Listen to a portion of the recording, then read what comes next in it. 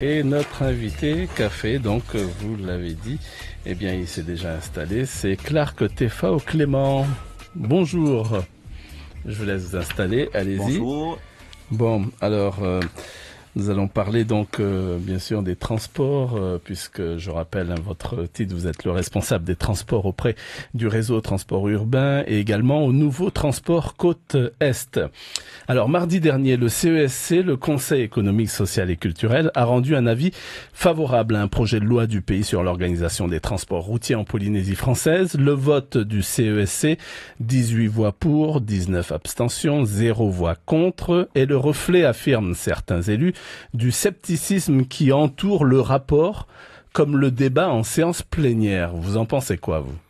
Cela fait 17 ans maintenant qu'on est dans le transport. Depuis 2001, on avait répondu à la première appel d'offres. Et depuis en 2001, 2003, 2004, nous avons essayé de mettre en place et de commander des véhicules afin de renouveler tout le transport en Polynésie. Et je pense que c'est ça aussi qu'on a oublié de citer. Oui, ce qu'il faut préciser, un investissement de 4 milliards. 4 milliards. Ce qu'il faut préciser, je vous arrête un instant au passage, c'est qu'une seule entreprise a candidaté à la fin à l'appel à concurrence du pays pour le marché des transports routiers, dont la délégation de service public donc sera renouvelée le 26 décembre. Et ce candidat unique, c'est Willy Chong Sow, l'actuel opérateur dont vous êtes l'associé et collaborateur.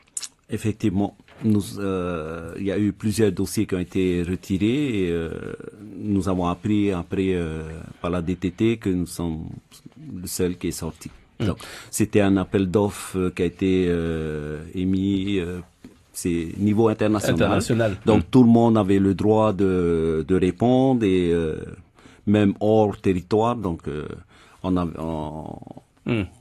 on attendait qu'il y ait un concurrent, comme ça il y aurait un peu plus de...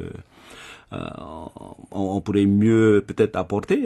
Ouais. Voilà. Alors en tous les cas, depuis 2013, vous attendiez ce nouveau texte pour renouveler enfin le parc des bus? Enfin, vous l'avez bien dit, depuis 2013 on attendait. Et enfin, parce que le territoire actuel a pris le dossier en main. Et à travers le nouveau ministre, ça s'est concrétisé. Et nous sommes satisfaits du travail effectué jusque-là.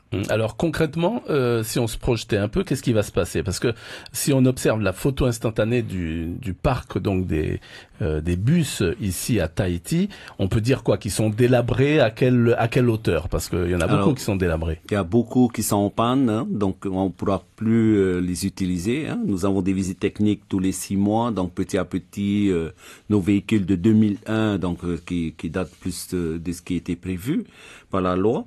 Donc nous l'avons mis de côté et nous tournons actuellement à moins de 50% du parc actuel.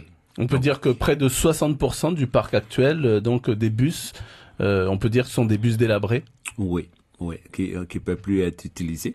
Le pourquoi on avait demandé à ce qu'on ait cette nouvelle convention et de pouvoir recommander des bus, renouveler le parc et pour que le transport soit plus confortable, notamment et selon les règles régies par le transport. Alors vous allez le renouveler ce parc puisque d'ici mi-2020 vous avez commandé plus de 200 bus, c'est ça?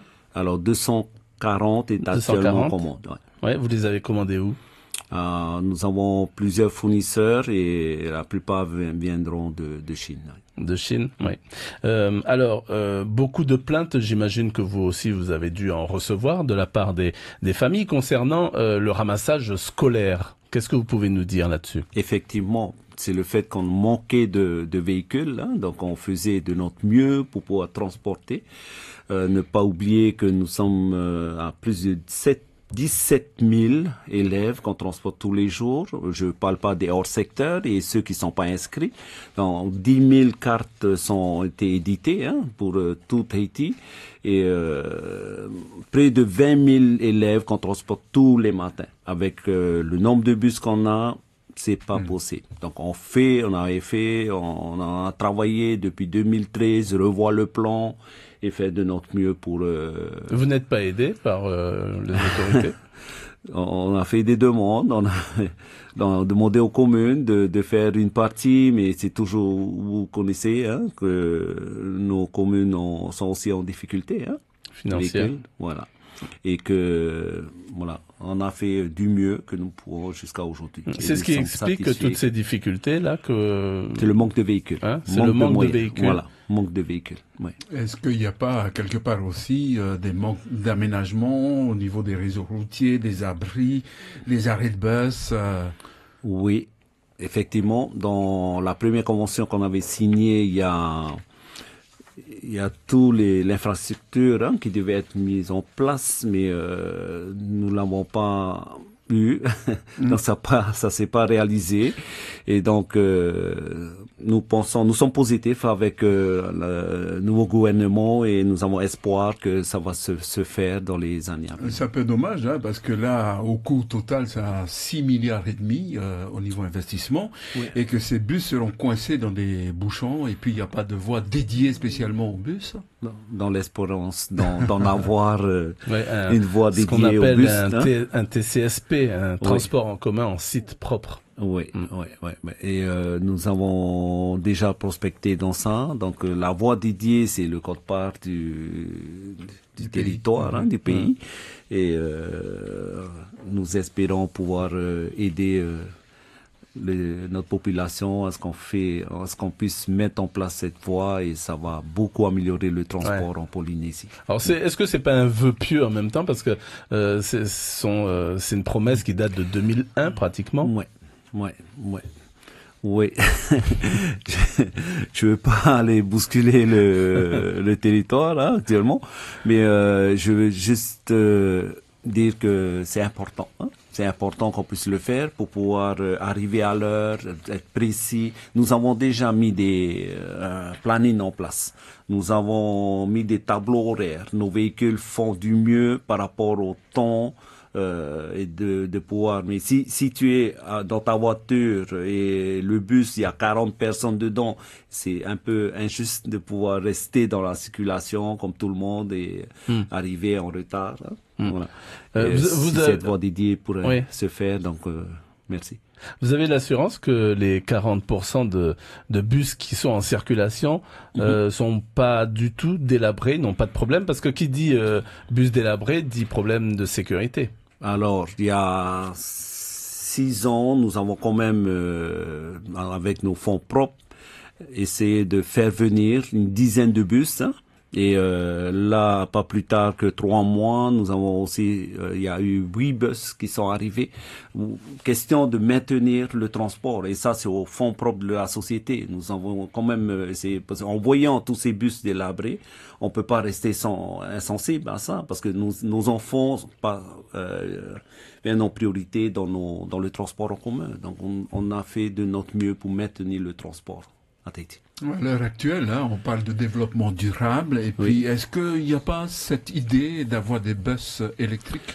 On avait déjà prospecté dans ça. En 2015, il y a eu des dossiers qui ont été montés, des commandes de bus pour des bus électriques à 100%.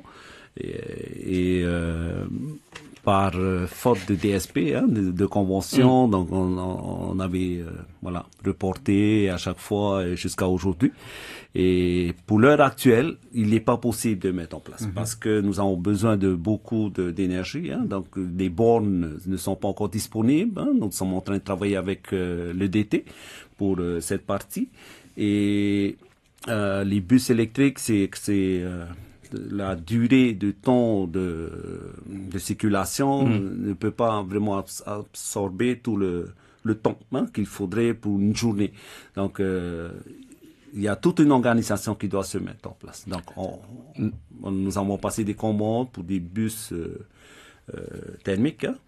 Et peut-être dans les années à venir. On passera sur les bus électriques. Ce sera le mot de la fin. On peut rappeler combien de bus sont en circulation sur Tahiti? Actuellement, nous tournons à 70-80 véhicules sur tout Tahiti.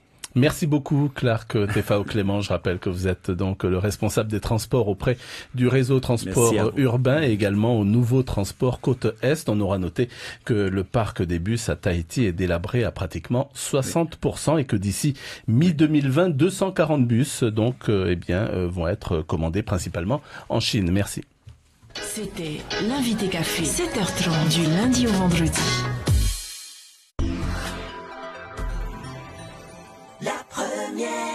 Avis aux entreprises qui exportent. La CCSM et Air Tahiti Nui Cargo lancent le concours de l'exportateur 2018 en partenariat avec l'EPI, la Sofidep et Website. Vous pourrez gagner l'un des 3 grands lots qui vous permettront d'exporter vos produits rapidement sur tous les continents.